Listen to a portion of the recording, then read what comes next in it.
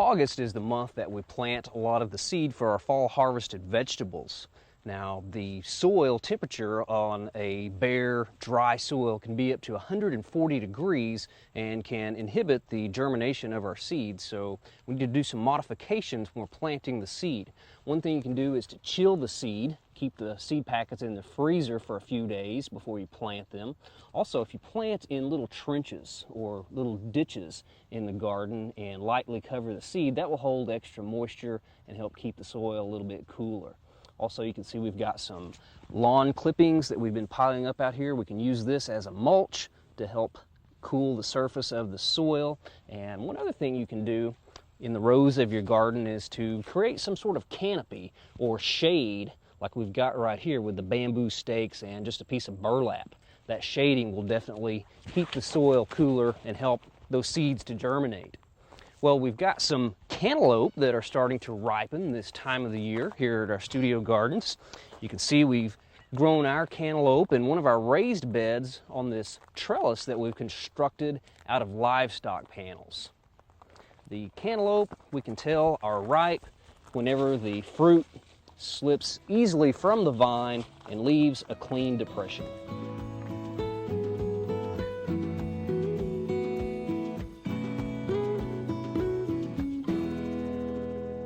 A lot of people in Oklahoma are watering their lawns and gardens in the month of August, so we need to each do our part to conserve moisture.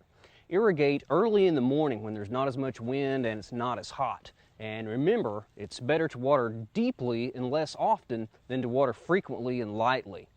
Right now is a good time to check any dead spots in your turf to make sure you don't have any white grub damage, but only treat those white grubs if you dig up a 1 foot by 1 foot square area of soil and find 5 or more grubs. Only then should you treat. Those dead areas may be buried debris or buried rocks below the soil surface. Towards the end of the month of August, we can start to divide some of our spring blooming perennials like peonies and daylilies, and also irises if you haven't done so already. Be sure to irrigate or water the plants before and immediately after you do the division. Our containers are really starting to dry out fast this time of the year. We've got a pot here of several different types of ornamental sweet potatoes, and they're so full you can barely even see the container that they're in. But they do really dry out fast this time of the year because the plants are a lot larger and they're starting to fill that pot with all of their roots, so the water just doesn't last very long. So keep a close eye on your containers this month and also check the fertilization needs of the plants. A lot of the slow release fertilizers like Osmocote that were added when we potted these up back in the spring have pretty much been depleted by now.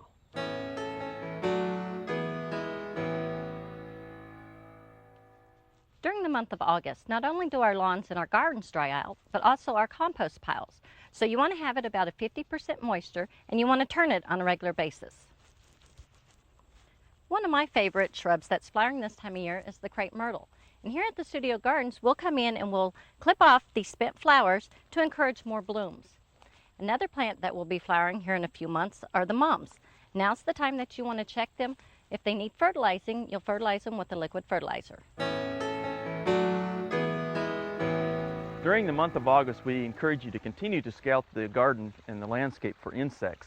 At this time of year, we have several insects that might be popping up in the garden. Some very common ones and very popular or very noticeable right now are the webworms that are found in many of the trees throughout Oklahoma. These are caterpillars that spin webs around themselves, and then they feed usually within those webbings. So in order to treat them with an insecticide, you have to break through and penetrate through those webbings. Otherwise, the insecticide is probably not going to help any. In many cases, they're just minor, and they probably won't really stress or harm the tree a whole lot. But if they have completely covered the tree, that could cause some stress, and you may want to try to treat accordingly. Other insects that might be found in the garden, I found a few samples here. Lace bugs are commonly found throughout the garden. They attack things like pyracanthas, azaleas, sycamores, and some other woody plants. They cause this stipuling or yellowing to appear on the leaves. And then if you turn it over and look on the underside, there's these little shiny black spots that are left behind by the insects. That's a good indication that these are lace bugs that are feeding on the plant. Again, they can cause a little bit of damage. Oh, there's one right there crawling on the stem. They can cause minor damage usually to the plants, and most of your general purpose insecticides will control these insects. Other insects that you might find in the garden are the bagworms. These are common throughout Oklahoma, appear oftentimes on junipers. These are again caterpillars that form a webbing or a cocoon around themselves, these little bags. For the most part, they stay within the bags and will come out occasionally to feed. They might be crawling right now, so now would be a good time to spray those with the appropriate insecticide. A product containing Bt or Bacillus thuringiensis is a good product, safe to use, and is effective, very effective on caterpillars such as these. Also watch for spider mites and other insects that might be in the garden, and treat those accordingly.